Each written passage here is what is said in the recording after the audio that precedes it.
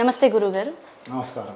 గురుగారు, మనకి ఈ మధ్యకాలంలో వినిపిస్తుంది ఏంటంటే వశీకరణ మరుగుమందు ఎవరికో పెట్టారు అనేసి, అంటే అందరికి పెడుతున్నారు అని. అంటే వాళ్ళకి పెట్టారు అని అనడానికి కానీ, లేదంటే వాళ్ళ వశీకరణలో ఉన్నారు అనడానికి కానీ మనం తెలుసుకోవడం ఎలా? ఇవి ఎక్కడైనా పడతాయి, అంటే పల్లెటూరులోనే పడతాయి. అవును. ఈ హై లెవెల్ సిటీలలో ఎక్కడ ఈ టాపిక్ ఉండదు, ఇది ఉండదు. ఆ మరుగుమంది అనేది ఏంటంటే ఎదుటి వ్యక్తి నా మాట వినాలి, నేను చెప్పినట్టే చేయాలి, నా ఎంక రావాలి అనే ఒక కాన్సెప్ట్ అది దాన్ని.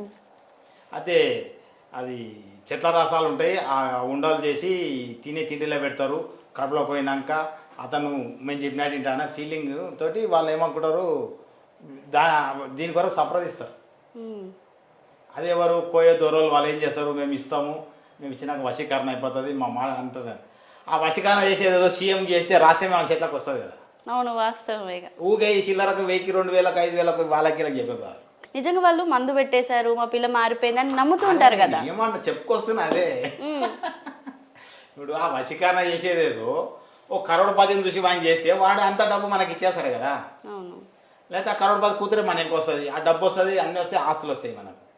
ఈ చదువురానుల పిల్లలకు ఇంటి పక్క కోడళ్ళకు లేదా వాళ్ళకి వీళ్ళకు పెట్టి చెట్టు మందు పెట్టేసి వాళ్ళు మనం మాట్లాడినా కూడా ఇది ఏంటంటే మామూలుగా తెలవని జనాలు అనుకోవడం. ఇది నా లెక్కలు అయితే ఈ మరుగుమందు కానీ ఈ వశీకరణ కానీ లేదు. వశీకరణ అంటే నువ్వు ఎంతో విద్య నేర్చుకొని ఉండాలి. ఓకే. ఆ విద్యతోటి నేను ఆయన నీ దగ్గర రావాలి ఇట్లా అని చెప్తే రాదు అది. అయితే మనకేందంటే పెళ్ళి అవుతుంది, కొడుకు పెళ్ళి అవుతుంది, కోడలు వస్తుంది. అప్పుడు ఏమవుతుంది, మ్యాక్సిమం ఎవరైనా పెళ్ళి అయినప్పుడు భార్య మాట ఎక్కువ వింటారు, తల్లి మాట ఎప్పుడు వింటారు, వినరు, ఎవరో ఒక్కరు వింటారు. ఏదైనా కానీ అది మనిషి యొక్క నైజం. అది ఎప్పుడు కొత్తదనం దేవులాడుతుంటాం. ఎన్ని రోజులు తల్లితోటి ఉన్నాం కాబట్టి భార్య వచ్చినాక భార్యతోటి ఉంటారు, భార్య మీద ప్రేమ ఉంటుంది, భార్య విజ్ఞానం తింటాం. అదే భార్యతోటి లేకుండా బయట తిరగబోతాడు కొందరు. వాళ్ళకి ఏంటంటే చేతిలో రేఖ కానీ లేకపోతే వాళ్ళకి అది కొత్తదనం మీద ఇంట్రెస్ట్ ఎక్కువ ఉంటుంది. వాళ్ళకి అంటే భార్య చేతి ఇంకొక ఆమెను దేవులాడుతాడు. అప్పుడు ఏమంటారు అంటే నన్ను వదిలేసిపోతుండే వానికి ఆమె ఏదో మందు పెట్టి మలుపుకుంది అనుకుంటారు. అని ఈమె ఏం చేస్తారు, ఇంకోరి దగ్గర మందు పోయి మందు తెచ్చి నా మోహన్కి వెళ్తా అని చెప్పి చెట్ల మందులు తెచ్చి పెడుతుంటారు. ఇదంతా ఫేక్, ఇది ఎంత ఏమి లేదు. అంటే వశీకరణ వశీకరణ లేదు. వశీకరణ అంటే సీఎం వశీకరణ చేసుకోవచ్చు కదా. ఇప్పుడు బాగా డబ్బులు వశీకరణ 1 కోటి రూపాయలు అంటే ఇస్తాడు కదా. వశీకరణ చేసేసి నాకు 1 కోటి రూపాయలు అంటే ఇస్తావు కదా. ఊకేనే ఒక అమ్మాయికి వశీకరణ చేసిన ఆయన వాడేసి అది ఫేక్. అది ఫేక్. ఓకే. 4 సార్లు మనము సాఫ్ట్గా మంచిగా నీకున్న ప్రాబ్లం ఏందో అడిగి నీ మీద జాలి చూపిస్తే నువ్వు ఆటోమేటిక్ నాయకు వచ్చేస్తావు. ఎందుకంటే మనిషి యొక్క నైజం అది. మన మీద ఎవరైతే జాలి చూపిస్తారో, మనకు 4 మాటలు ఎవరైతే మంచిగా చెప్తారో వాళ్ళ మీద మనకు ప్రేమ ఏర్పడుతుంది. అప్పుడు మనం ఏం ఆటోమేటిక్ అక్కడ అట్రాక్ట్ అవుతాం. అట్రాక్ట్ అవ్వడాన్ని మీరు వశీకరణ అంటున్నారు. అదేంటి అట్రాక్ట్నెస్ ఏంటంటే ఇంట్లో కోడలు ఉందనుకో, అత్తతో కొట్లాట అవుతుంటుంది. కొట్లాడడానికి ఏం చేస్తుంది, భర్తను తల్లి దగ్గర పోకుండా చేస్తుంది. అప్పుడైతే నా కొడుకును మరుగుమంది మరుగుతుంది నా కోడలు అంటుంది. లేకపోతే భార్య భర్త కొట్లాట ఉంటుంది. అప్పుడు భార్యనన్నా బయట వేరే వాళ్ళ దగ్గరికి పోతుంది. అంటే ఆమె ఇక్కడ లేని ప్రేమ అక్కడ దేవులాడుకుంటా వేరే వాళ్ళతో మాట్లాడుతుంది. లేదా ఇతనన్నా వేరే వాళ్ళ అమ్మాయి దగ్గరికి పోతాడు. అప్పుడు ఏమవుతుంది, వాళ్ళు నా భర్తను మలుపుకున్నారు, లేదా నా భార్యను మలుపుకున్నారు, లేదా పక్కింటోళ్ళు అప్పుడు కొట్లాట అయి ఉంటుంది.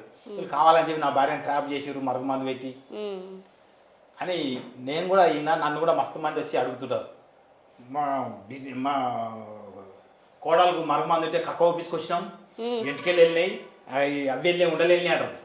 మన శరీరంలో ఏ వస్తువు వేసినా అరిగిపోతుంది. శరీరంలో ఏది కూడా ఉండదు. మొత్తం మన శరీరాన్ని ఏది తిన్నా అరిగే కెపాసిటీ ఉంది మన శరీరానికి.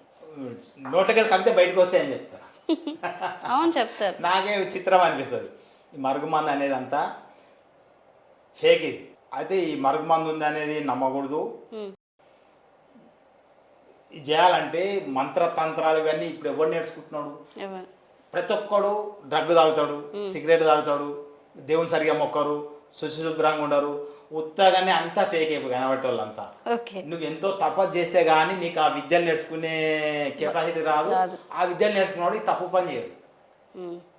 ఈ చిల్లరకు వాడరు ఇది. అవును.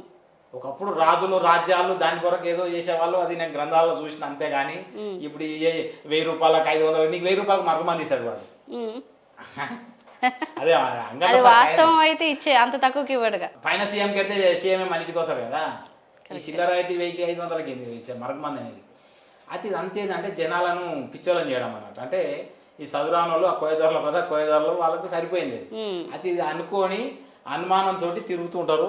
అయితే వాళ్ళకి ఆరోగ్యం బాగాలేకపోవడం, ఇల్లు బాగాలేక అనారోగ్య సమస్య రావడము, లేకపోతే అప్పటిదాకా వాళ్ళ మాటిన కొడుకు కానీ భర్త కానీ వాళ్ళ మాట వినకపోవడము, లేకపోతే ఏదో పని విషయంలో టెన్షన్ ఉండి సరిగా పట్టించుకోకపోవడం, ఇలాంటివి జరుగుతుంటాయి ఇళ్ళలో కామన్గా ఎవరి ఇంట్లో కానీ.